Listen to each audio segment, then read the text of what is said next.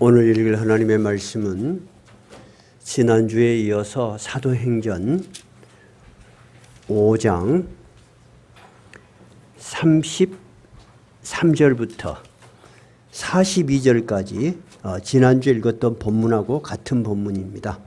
32절부터 42절까지 함께 읽도록 하겠습니다. 제가 가진 성경은 신약 성경 195쪽입니다. 195쪽 33절 함께 읽겠습니다. 그들이 듣고 크게 노하여 사도들을 없이 하고자 할새 바리새인 가말레일은 율법 교사로 모든 백성에게 존경을 받는 자라. 공회 중에 일어나 명하여 사도들을 잠깐 밖에 나가게 하고 말하되 이스라엘 사람들아 너희가 이 사람들에게 대하여 어떻게 하려는지 조심하라. 이전에 드다가 일어나 스스로 선전하며 사람이 약 400명이나 따르더니 그가 죽임을 당하며 따르던 모든 사람들이 흩어져 없어졌고 그 후 호적할 때 갈릴리에 유다가 일어나 백성을 깨어 따르게 하다가 그도 망한즉 따르던 모든 사람들이 흩어졌느니라. 이제 내가 너희에게 말하노니 이 사람들을 상관하지 말고 버려두라. 이 사상과 이 소행이 사람으로부터 났으면 무너질 것이요 만일 하나님께로부터 났으면 너희가 그들을 무너뜨릴 수 없겠고 도리어 하나님을 대적하는 자가 될까 하노라 하니 그들이 옳게 여겨 사도들을 불러들여 채찍질하며 예수의 이름으로 말하는 것을 금하고 놓으니 사도들은 그 이름을 위하여 능욕받는 일에 합당한 자로 여기심을 기뻐하면서 공회 앞을 떠나니라. 그들이 날마다 성전에 있든지 집에 있든지 예수는 그리스도라고 가르치기와 전도하기를 그치지 아니하니라. 아멘. 오늘 본문은 지난주에 그 내용은 설교를 통해서 자세히 말씀드렸어요. 근데 오늘은 이 본문이 갖고 있는 더 깊은 의미를 여러분과 함께 살펴보려고 합니다. 오늘 또 처음 나오신 분이 있어서 잠깐 본문을 이해하는데 배경 지식을 먼저 말씀드리고 본문의 말씀을 드릴게요. 지금 이 장면은 제자들이 신문을 당하는 장면입니다. 누구에게 신문을 당하죠? 유대의 최고 종교 정치 지도자들 71명에 딱 둘러싸여서 지금 재판을 받고 있는 것입니다. 왜 이들이 재판을 받게 되죠? 이 예수님의 제자들이 배운 것도 없고 아주 평범 이하의 사람들인데 너무 놀라운 능력을 예루살렘에서부터 시작해서 막 인근 지역에까지 다 그 능력이 소문이 났어요. 그래서 병든 사람, 귀신 들린 사람, 모든 사람들이 제자들을 막 보려고 오는 겁니다. 심지어는 어느 정도냐. 베드로가 지나가면 혹시 그 그림자가 내가 데리고 온 환자 또는 자기가 환자인 경우에는 나에게 조금 그림자라도 덮이면 내가 낫지 않을까. 그러니까 사람 이상의 존경심을 가지고 이들을 대하기 시작했는데 이 수가 점점 늘어나는 거예요. 그러니까 그 당시의 종교의 기득권자들이 이 대제사장 무리들이 시기심이 가득하고 위기를 느낀 거예요. 그래서 그들을 잡아오게 가두고 신문을 하고 어떤 결론을 내렸습니까? 오늘 33절 어떻게 결론을 내렸어요? 그들이 듣고 크게 노하여 사도들을 죽여버리도록 죽여야 되겠다. 영어 성경은 슬레이라는 단어를 썼어요. 살해해버리는 거예요. 이것들 가만두면 안 되겠다. 옛날 예수를 죽일 때는 유명하고 너무나 많은 군중이 따르니까 자기들 손으로 죽이면 밀란이 일어날 것 같아서 정말로 조심조심해서 로마의 법정으로 끌고 갔는데 이제 이런 정도는 자기들이 신성모독 그러면 죽는 거예요.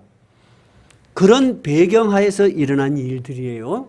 자, 그럼 오늘은 여러분이 지난주 본문은 잘 들으셨으니까 이 본문이 감추고 있는 아주 새로운 신비한 일들. 그래서 오늘 제목이 뭡니까? 복음의 신비와 역사예요. 여러분, 복음이라는 게 뭐예요? 그러면 참 애매해요. 복음. 그러면 그 말 그대로 그 뜻대로 하면 뭐예요? 복된 소식이에요. 그러니까 우리가 예수 믿읍시다 하는 것은 복된 소식이에요. 여러분, 슬픈 소식과 아주 기분 나쁜 소식과 복된 소식과 세 개 중에서 어떤 소식을 나한테 전해주면 그 사람이 나한테 좋은 소식을 전해주는 거예요? 복된 소식이요.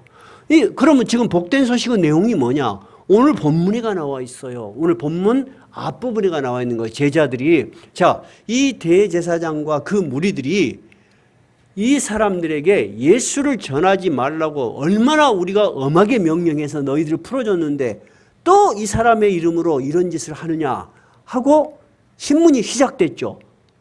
너희들 우리가 그만 명령을 어긴 것이 얼마나 무서운 벌인 줄 모르고 이런 짓을 하고 있구나 하고 하는 거죠. 그러면 이 복음이 뭐냐면 아까처럼 쉬운 말로 말하자면 복된 소식이요. 영어 성경은 good news, 좋은 소식이야. 사람들에게 정말 그런 소식이 가능할까 하는 소식이라니까요. 그러니까 우리가 그냥 흔히들 복음 그러면 습관적으로 교리적으로 이야기하는데 안 그래요. 제자들이 복음을 말한 부분이 있어요. 성경 앞부분 어디에 있을까요? 어디가 있어요 지금? 몇 절에 있을까요? 29절부터, 자, 30절부터입니다. 제자들이 이 사람들에게 이 복음을 전합니다, 지금. 잘 들어보세요. 복음을 전하는 거예요. 복된 소식을 전하는 거예요. 자, 30절 읽어봐요. 시작. 너희가 나무에 달아 죽인 예수를 우리 조상의 하나님이 살리시고 이스라엘에게 회개함과 제사함을 주시려고 그를 오른손으로 높이사 임금과 구주로 삼으셨다. 무슨 말이냐? 너희들은 평범 이하의 아주 저주받은 한 사람, 범죄자로 죽였던 그 예수가 그냥 사람이 아니었다는 거예요. 하나님이 이 땅에 보내셔 우리의 죄를, 너희와 우리의 죄를 대신해서 죽으신 하나님의 아들이라는 거예요. 그것이 첫 번째 복된 소식의 키워드야. 두 번째, 그는 그렇게 해서 죽어서 끝이 났으면 에이 설마 뭔 그런 일이 있을 수 있어 할 수 있잖아요. 그런데 누가 그를 다시 살리셨대요? 하나님이 살리셨어.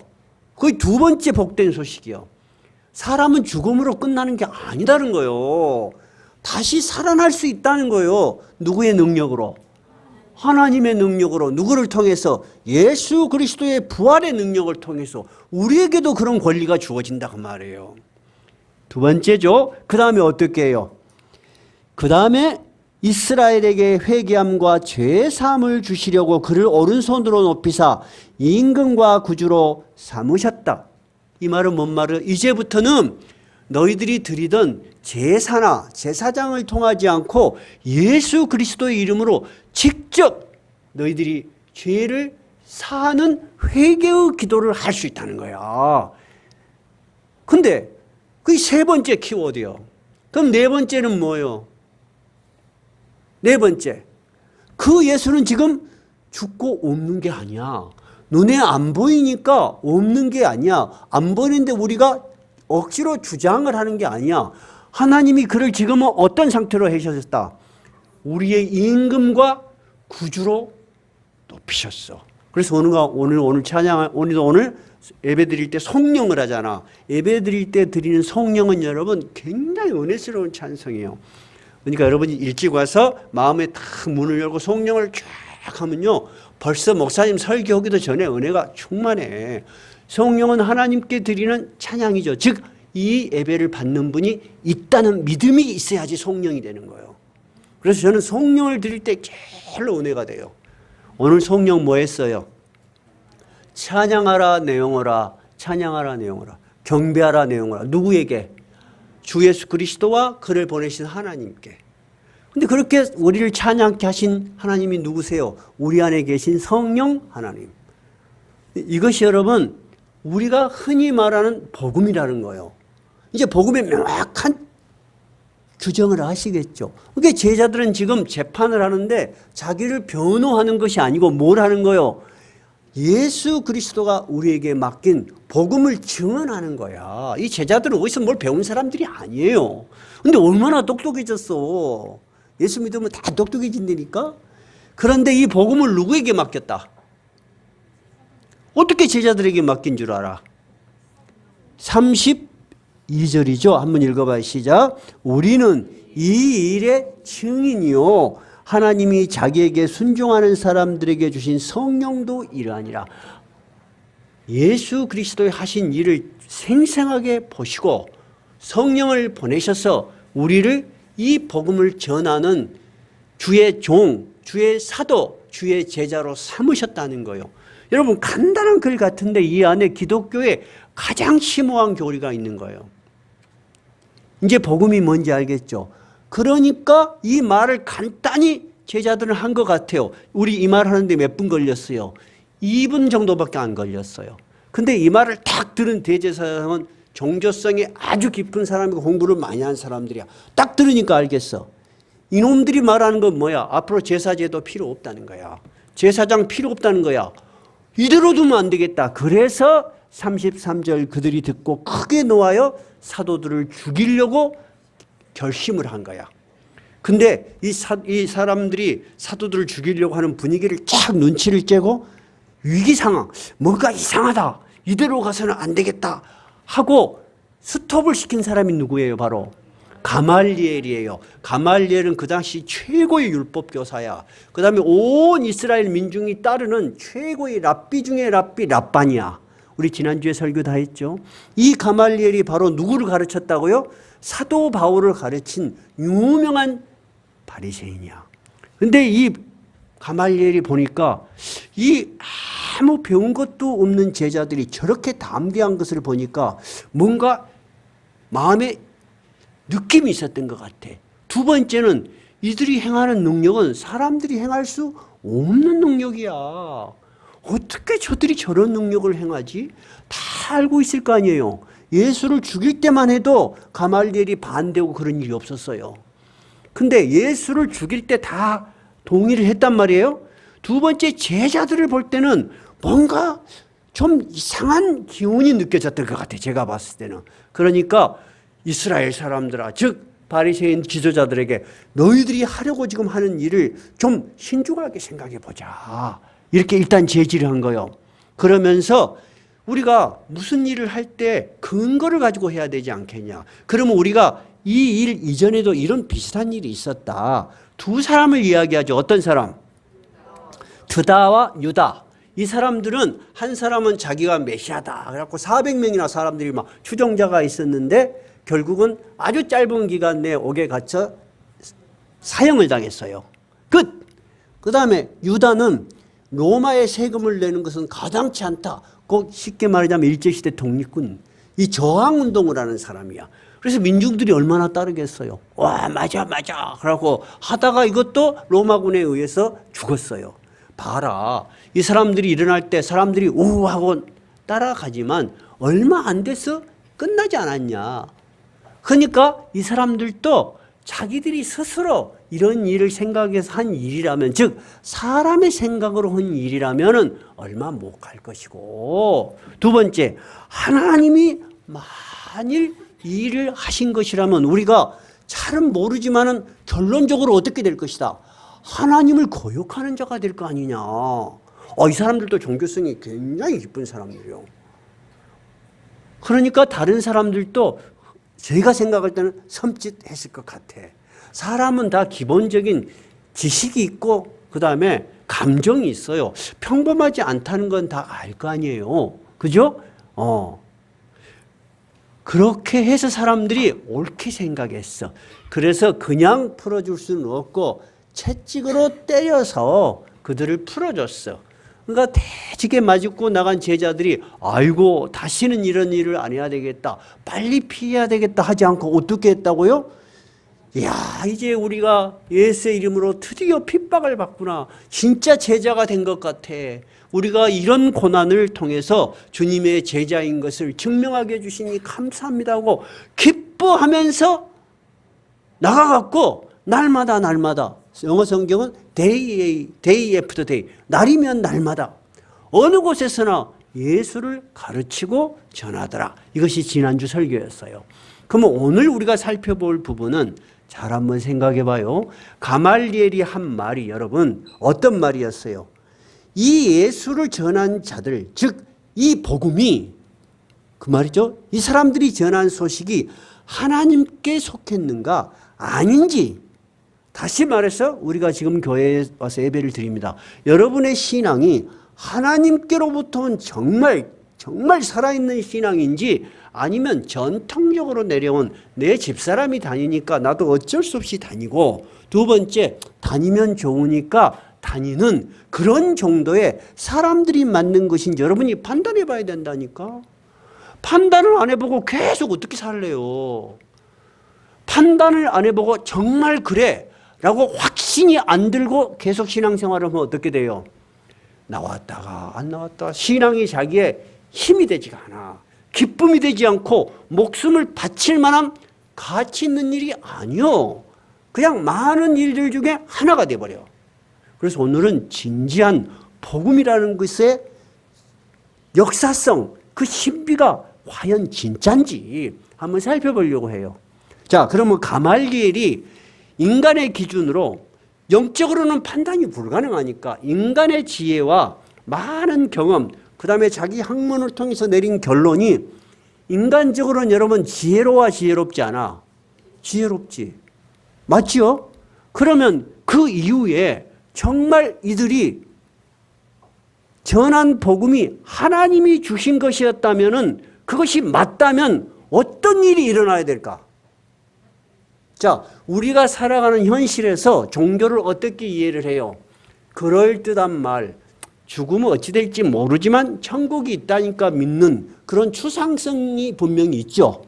그래요. 신앙은 대부분 사람들은 추상적인 걸로 이해를 해요. 근데 복음은 절대 추상성이 아니에요.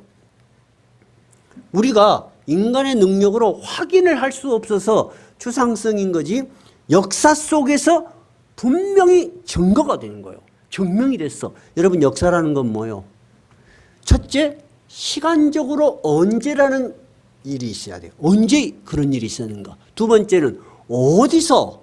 세 번째는 어떤 일이. 네 번째는 누가. 그 다음에 왜. 다 들어가 있는 거예요. 그것이 없으면 역사가 될 수 없어요. 여러분, 임진왜란이 우리나라에 있었어 없었어? 여러분 봤어? 근데 어찌하여? 역사에 있다는 걸 어떻게 믿을 수 있어? 기록에 이곳저곳에 있으니까 믿는 거야. 그러면은 그때 이순신 장군이 우리나라를 구했다. 에이, 그거 말도 안 돼. 전설이야. 한번 손 들어보시오. 없잖아. 왜 그건 믿어? 안 보이는데? 역사적으로 증거가 기록이 돼 있기 때문에 그런 거예요. 자, 그러면 기독교가 정말로 맞다면 그 뒤에 어떤 일이 일어나야 될까? 아까 대제사장과 제사장들이 두려워한 건 뭐였어? 이들의 말을 액면 그대로 받아들인다면 어떻게 돼? 제사 제도가 그럼 어디서 드려? 그 당시 제사는 어디서 드렸어요? 예루살렘 성전이 없어져야 돼. 그것은 불가능한 일이야. 왜냐하면 1500년 동안 지탱해온 제사 제도야. 그 당시 예루살렘 성전이 있었어 없었어? 있었다니까. 근데 그것이 어떻게 없어져? 근데 없어져야지 정상이죠. 자, 그러면 진짜 없어졌는가? 한번 살펴봐야 되겠죠. 그 당시 유대인들은 죄사함을 얻기 위해서 절기마다 종교적 절기를 따라서 예루살렘으로 짐승과 성전 세금을 가지고 왔어요. 다 왔어요. 1년에 3번은 의무적으로 옵니다. 어디로 옵니까? 예루살렘 성전으로 옵니다. 그죠? 근데 유태인들은 유태뿐만 아니라 전 세계에 흩어져 있었어. 전 세계에 흩어져 있는 유태인들을 뭐라고 하냐? 디아스포라라고 해요. 해보세요. 디아스포라. 지금도 유태인들이 막강한 힘이 있어요. 디아스포라들이. 그 디아스포라들이 다 와. 그러면 그들이 짐승을 어떻게 끌고 오겠어? 못 끌고 오지. 그럼 어떻게 해야 될까? 돈을 가지고 와서 예루살렘 성전 안에서 사야 돼. 그러면 딱 정해진 그 짐승만 사갖고 바칠 수 있어. 막대한 이익을 챙기는 거야. 한마디로 양 5만 원짜리 사다가 20만 원 받아도 할 말이 없어. 제사 지내는데 너무 비싸요. 깎아주시오. 그럴 수도 없잖아. 그럼 막대한 폭리를 누가 취해? 대제사장들과 종교의 기득권자들이 뒤에서 배후 세력이야. 뒷배야. 절대 이걸 놓을 수가 없어. 그 다음에 성전세를 내야 돼. 근데 외국에서 돈을 많이 번 사람들이 외국 돈을 가지고 와. 그럼 외국 돈을 안 받아. 성전에서만 받는 돈을 받아. 그러면 돈을 바꿔야 되겠지. 환전세를 많이 받아. 그래서 예수님 당시에 예수님이 성전에 들어가서 상을 엎어버리고 짐승들을 내쫓고 상을 엎어버리고 내 아버지의 집을 강도의 소굴로 만들지 마라 했던 것이 그런 배경이야. 그런데 이 대제사장과 서기관, 이 종교 지도자들이 1500년을 이어온 이 기득권을 놓을 필요가 없어. 지금도 예수님 당시에도 계속 하고 있는 것이 어떻게 없어져, 여러분? 가말리엘이 그 이야기를 했을 때는 없어지리라고 생각을 하고 했을까요? 없어진다는 생각은 전혀 안 하고 어떻게 될까 보자 하고 했을까요? 그것이 없어지리라고 생각하는 사람 한 사람도 있을 수가 없어요, 여러분. 없어요. 그러면 예루살렘 성전을 한번 살펴봅시다. 예루살렘 성전은 헤롯 대왕이, 여러분은 솔로몬 성전을 많이 이해를 할 거예요. 솔로몬 성전은 휘황찬란하게 지어졌다가 없어졌어요. 이때 성전은 헤롯 왕이, 그 당시 지도자 헤롯 대왕이 정통 유대인이 아니야. 그러니까 유대인의 관심을 사기 위해서 솔로몬 궁전하고 똑같은 내부 시설과 규모를 가지고 잘 지어졌어요. 역사상 가장 아름다운 건물에 들어간다고 해요.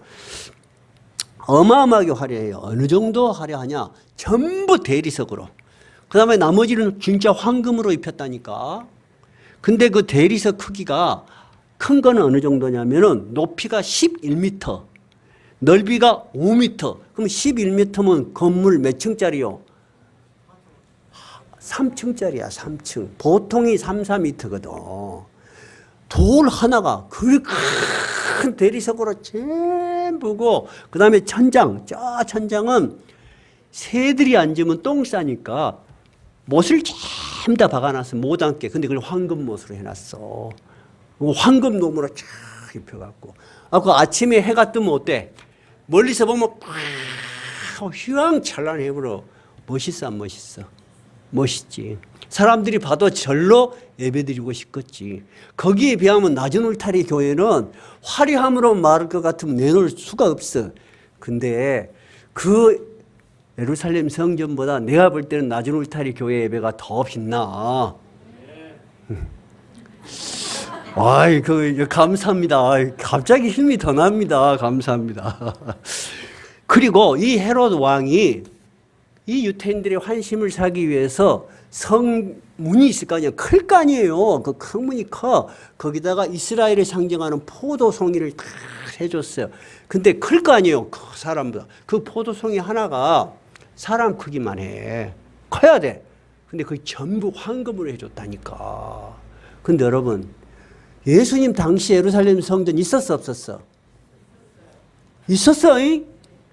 예수님 제자들이 지나가다가 예수님을 보고 그래.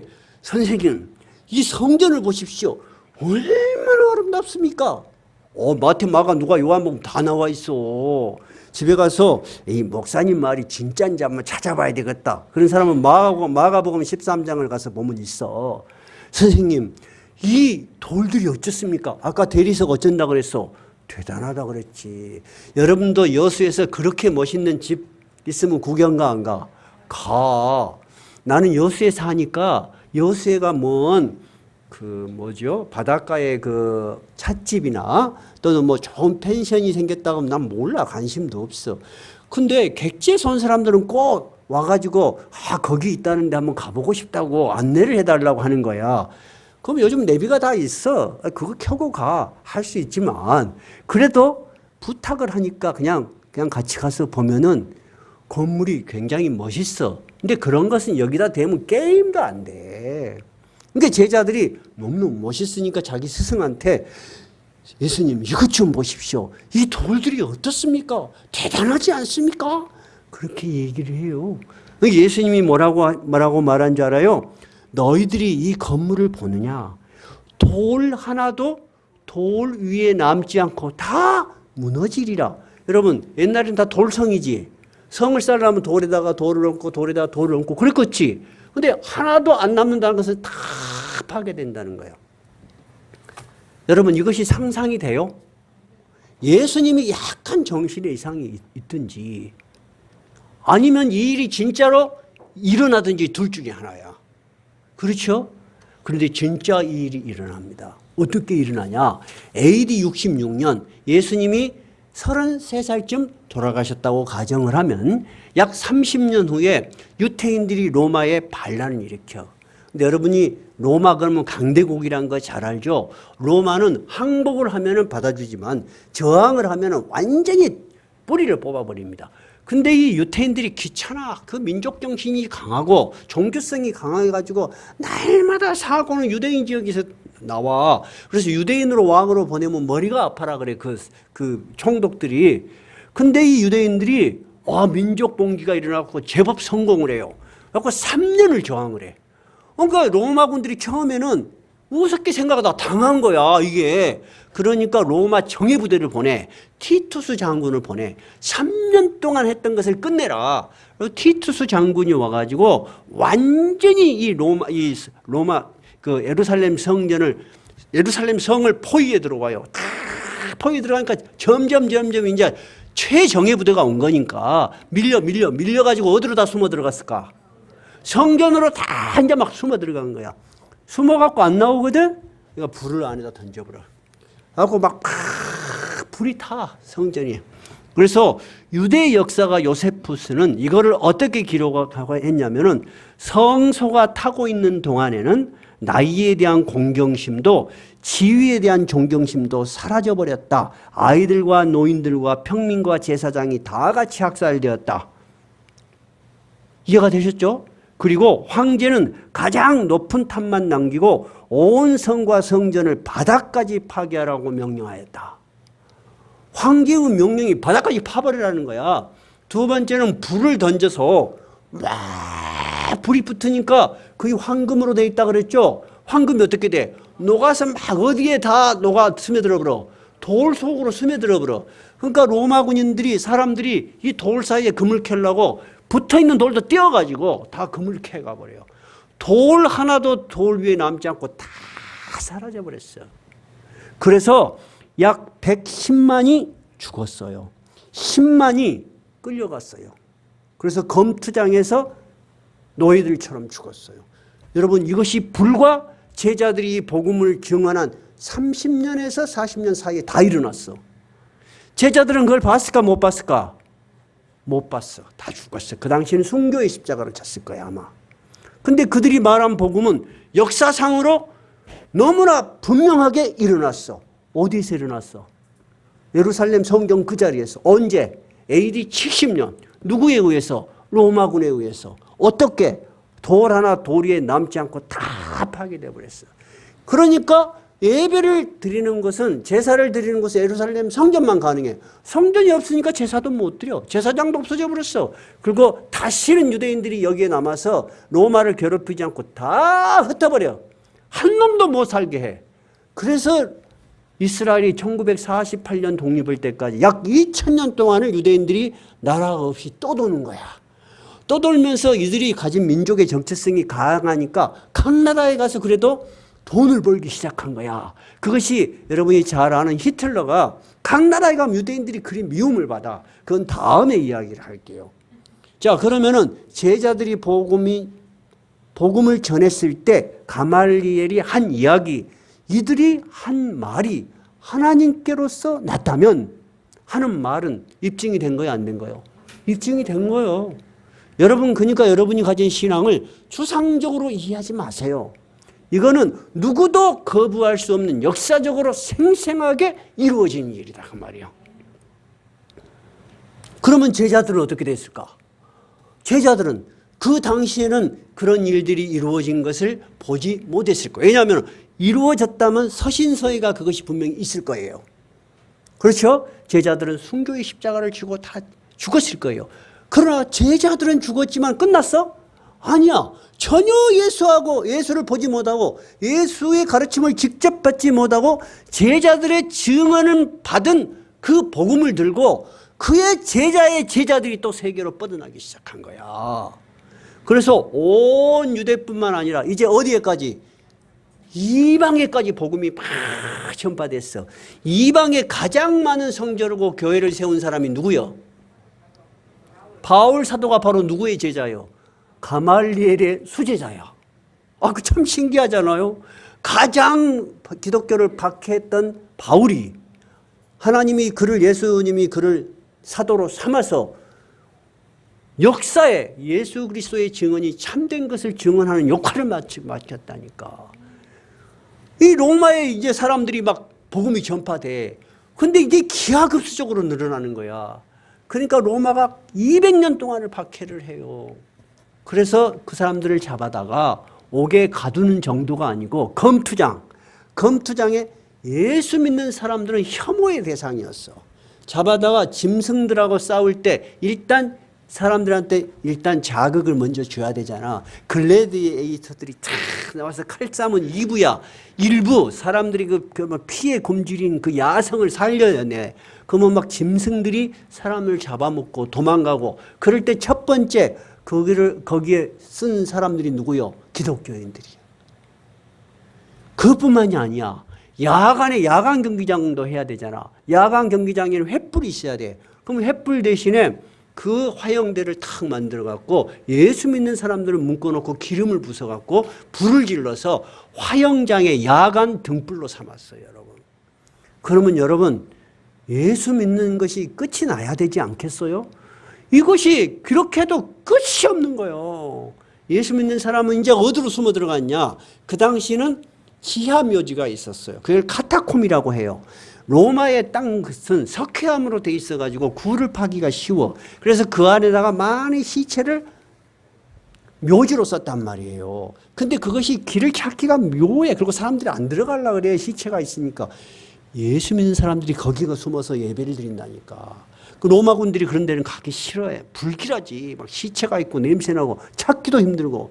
들어가고 잘못 오면 못 나와. 굉장히 길이 꼬불꼬불하대요. 거기서 200년을 숨어서 예배를 드린 거야. 로마는 해도 안 되니까 어떻게 됐어요? 313년에 콘스탄티누스 대제가 우리도 이제 예수 믿자. 예수 믿는 거 박해하지 마라. 313년에 기독교를 국교로 삼고 380년에 기독교를 313년에 공인하고 380년에 국교. 모두가 예수만 믿어라 이제. 그래서 황제도 예수의 이름 앞에 머리를 숙이고 세례를 받아. 여러분, 이런 일이 역사적으로 있었던 생생한 기록이요. 생생한 기록이요. 그러면 여러분, 이것도 부정할래요? 부정할 수가 없잖아. 에이, 그건 로마 시대에는 초대교회 사람들은 뭔가 뜨거운 뭔가 그런 것이 있었으니까 그렇지. 그렇게 말할 수 없어요.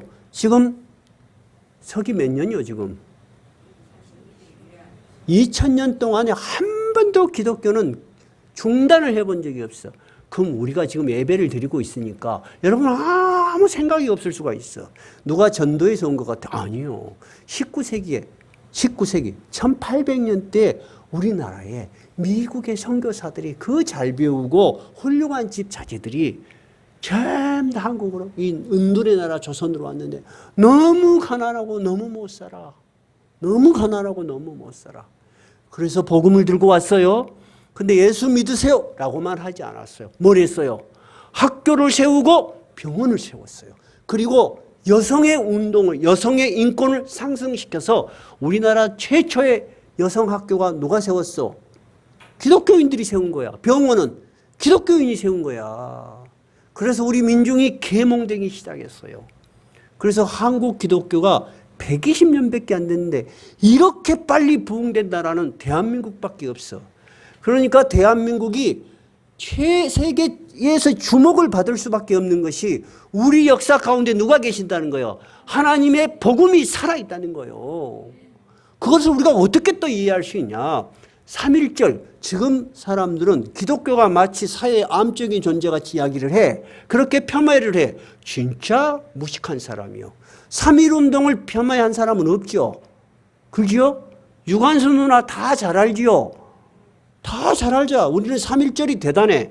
3.1절에 독립선언서에 서명을 하면 죽음을 무릅쓰는 거야.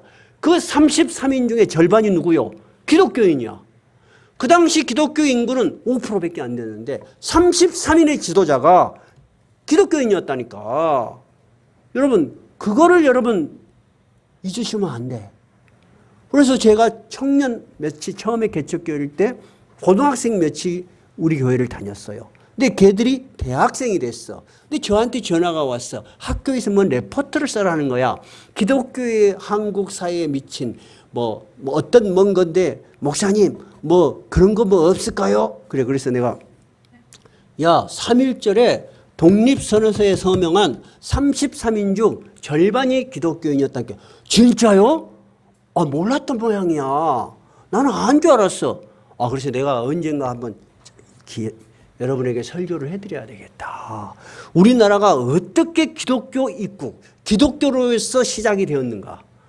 여러분, 그 사람들, 그 선교사와 그 선교사의 자녀들이 이국의 땅에 와갖고 대부분 어떻게 죽었냐. 풍토병, 못 먹어서 영양실조 또는 풍토병, 자기 나라에 있었으면 안 걸릴 병에 걸려서 죽어. 그들의 무덤이 지금 생생하게 남아있어. 그게 바로 양화진이요.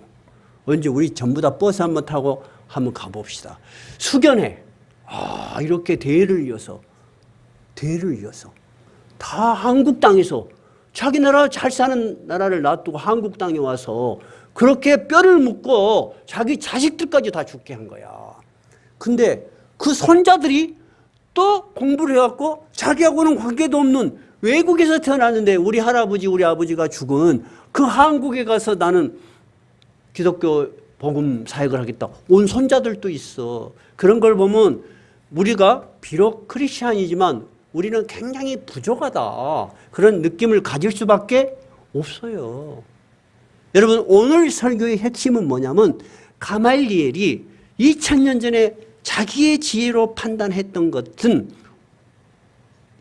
하나님의 하신 일이라면 이것이 살아남을 것이다.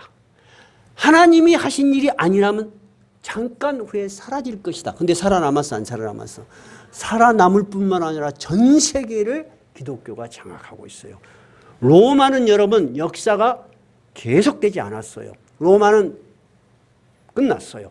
그러면 기독교도 끝나야 되잖아. 천만의 말씀이요. 그 다음에 세계를 지배한 제국이 어디요? 대영 제국의 국교가 뭐요? 기독교요. 지금의 세계를 지배하는 나라가 어디요? 미국의 대통령이 성경에 손을 얹고 선서를 합니다. 성경에 손을 얹는다는 것은 뭔 말이요? 이 성경의 권위를 나는 인정한다는 거야. 이 하나님을 나는 믿는다는 거예요. 여러분, 하나님은 지금도 살아계셔요. 우리가 너무 적고 우리 생각이 너무 미천해서 그 크신 하나님의 신비를 정말 신비롭게 보지 못하고 있는 거야. 신비로운 거야. 그 큰 역사를 움직이는 하나님이 여러분의 인생을 주관하실 수 있겠어요? 없겠어요? 있어야지 하나님이지.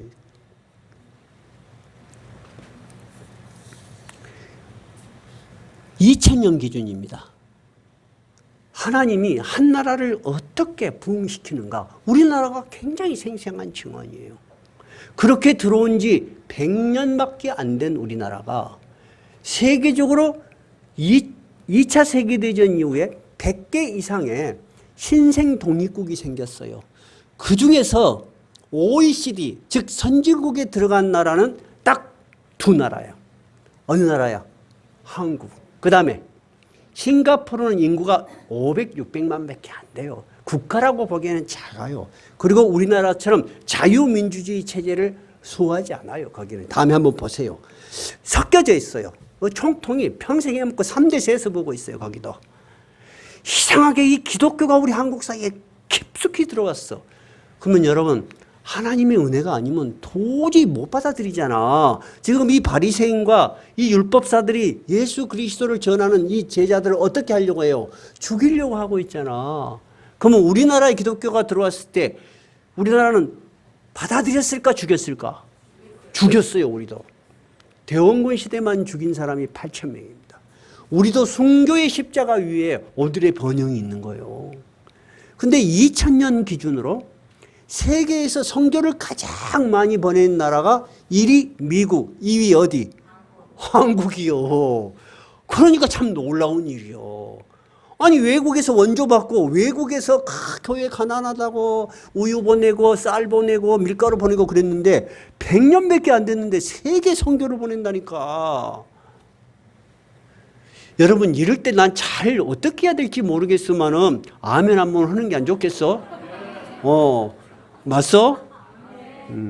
나는 그래서 오늘 설교드리고 싶은 부분은 우리가 신앙을 추상적으로 감성적으로 이해하는 것을 넘어서야 된다는 거예요.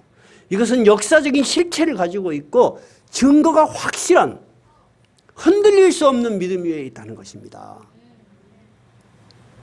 이 교회는 여러분 사람의 뜻으로 사람의 능력으로 세워진 게 아닙니다. 처음에 이 제자들을 보세요. 그 당시 가장 많이 배운 사람이요? 아니요. 출신이 어때요? 내놓을 만한? 아니요. 돈 많은 사람이요? 아니요. 진짜 평범한 사람들이야. 평범 이하의 사람들이야. 그런데도 하나님은 이 사람들을 들어서 세계 역사를 바꾸는 위대한 사명을 주신 거야. 여러분이 복음을 가지고 있다면 그런 위대한 사명을 가지고 있는 거예요. 여러분을 통해서 여러분의 가정과 여러분의 사회가 바뀌어야 되는 거야. 그런 능력이 여러분의 안에 있어. 복음 안에가 있다니까. 그걸 믿어야 돼. 믿어야지 힘이 나지. 이럴 때 아멘 안 해요. 자기가 뭐 해라고 하면 아멘 안 해.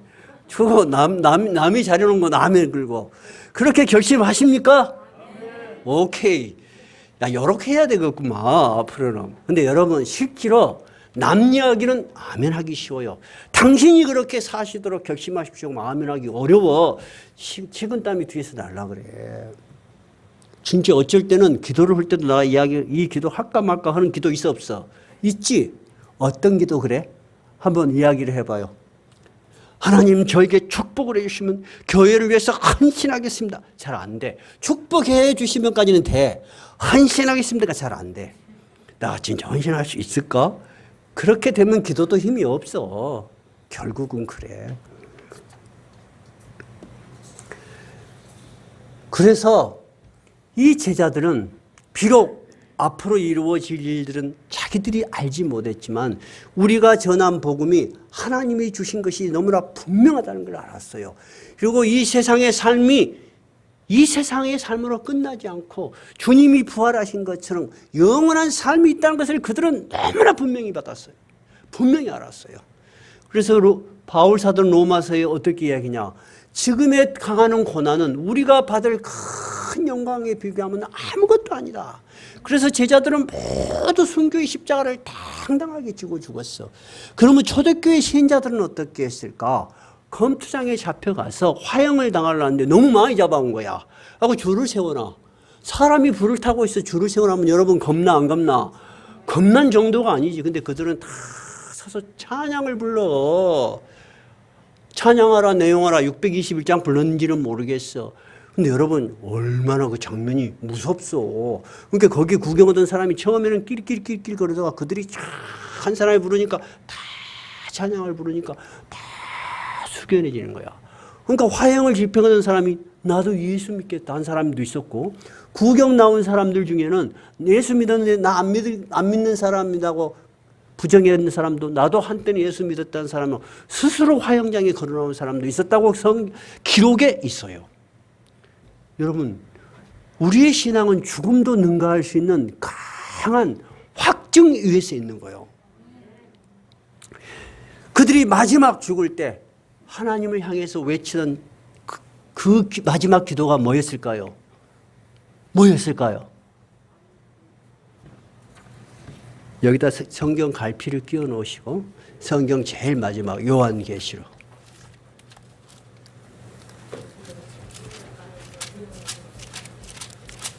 요한계시록이 제일 마지막이죠. 22장 20절 성경의 제일 마지막. 이들은 이 성경의 마지막의 역사가 반드시 이루어질 걸 알았어. 자, 뭐라고 했나요? 이것들을 증언하신 이가 20절입니다. 22장 20절 시작. 이것들을 증언하신 이가 이르시되 내가 진실로 속히 오리라 하시거늘 아멘 주 예수여 오시옵소서. 속히 오소서 하는 말이 마라나타예요. 그들은 죽을 때 마라나타 주 예수여 어서 오시옵소서 그러고 죽었다니까. 무슨 말이냐? 역사적으로 분명히 이 일이 이루어질 것을 믿습니다 하는 거예요. 그러니까 여러분, 우리가 예수를 믿는 것은 분명히 두 가지 사실 속에서 입증돼야 돼. 우리가 살아가는 현실 속에서 항상 그 예수 그리스도가 확실한 나의 구주라는 것을 고백함과 동시에 그 예수를 믿는 나의 신앙이 위대한 나의 힘이 돼야 돼. 그래서 어떤 역경과 고난이 있어도 예수 그리스도 이름으로 믿고 이기고 나가겠습니다 하는 현실적인 힘이 돼야 돼. 그리고 기쁨이 돼야 돼. 찬양이 돼야 돼. 여러분, 교회 오시면 기쁘시죠? 나는 여러분을 기다리는 날이 내일 제일 즐거워. 기뻐. 여러분, 우리가 살아가는 현실의 힘과 기쁨은 우리가 믿는 복음의 확실성 위에 있어야 되는 거예요. 두 번째, 여러분이 아무리 세상에서 이러저러한 모습으로 열심히 살아도 마지막엔 다 죽어.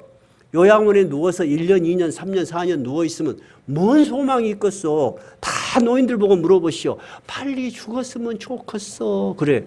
근데 스스로 죽기가 영 어렵소. 그러지 말고 우리는 어떻게 해야 된다? 마라나타. 자, 주님, 이 무거운 인생의 짐을 벗고 이제 주님이 약속하신 정말 그 화려한 영광의 나라에 들어가는 소망을 주시니 너무 감사합니다. 아침에도 마라나타, 저녁에도 마라나타. 그러다가 하늘나라에 쫙 들어가시는 거야. 다음에 저한테 요양원에 누워있을 때 기도를 해달라고 분명히 누군가가 전화 올 거예요. 그러면 목사님 죽었어요. 와서 기도해 주세요. 그러지 말고 목사님 오늘 또 마라나타 그렇게 기도했습니다. 목사님이 와서 한 번 더 해 주십시오. 그러십시오. 그러면 제가 다른 설교 안 하고 주 예수여 어서 오시옵소서. 그럼 여러분 빨리 죽을 수 있어. 얼마나 좋소. 뭐라고 그 누워갖고 길게 있을 거예요. 빨리 죽는 게 좋겠지.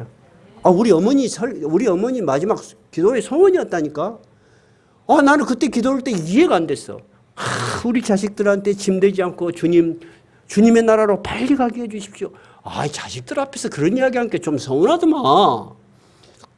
근데 내가 나이 들어 보고 부모님이 마지막 그런 모습을 보면서 이해가 돼, 이해가. 내가 한 번은 어머니, 아버지 산소를 갔다가 우리 자식들한테 내려오면서 내가 마지막 자식들한테 부담 안 줘야 되겠다 생각이 들어서 야, 아버지 생각에는 너희들이 이렇게 묘지가 있으면 와보는 것도 참 앞으로 쉽지 않겠다. 나를 화장해서 그냥 다 버려버리면 어쩌겠냐. 그러니까 둘째 아들이 생각해 볼 만한 일이네요. 그러니까 엄청나게 서운하더만. 아버지 그러면 되겠습니까? 그래야 되는데 생각해 볼 만한 일이에요. 뭐 지혜로운 일이네요. 뭐 이런 식으로 말을 하니까 서운하더구만. 서운한 건 서운하더만. 예. 근데 생각해보면 대차 그래. 마라나타 주 예수여 오시옵소서. 이제 하얀 주님의 나라에 가는데 그거 어디다가 놔두면 먹을 거요. 그런 생각이 들더라 그 말입니다. 오늘 제가 이 본문을 다시 여러분에게 말씀드린 것은 지난번 설교에 이것을 같이 말하기에 너무 내용이 심오해서 따로 시간을 내어서 여러분에게 말씀드립니다. 오늘 우리가 전했던 말씀의 핵심은 2000년 전에 그 위대한 랍비, 모든 사람에게 존경받는 종교의 최고 지도자가 이 예수 그리스도의 복음을 보고 이것이 진짜일까? 이것이 가짜일까? 하고 자기 스스로 판단을 못 내려서 어디에 맡겨? 역사의 판단에 맡겼다고 말해요. 시간이 지나면 증명이 될 거라고 했는데 역사는 생생하게 예수 그리스도의 복음이 하나님이 보내시라는 것을 명백하게 증거했다는 거예요. 그러니까 우리는 이 복음을 붙들고 어떤 어려운 일이 있더라도 죽음의 문턱에까지 갈더라도 힘있게 나갑시다. 391장 오 놀라운 구세주 예수 내주.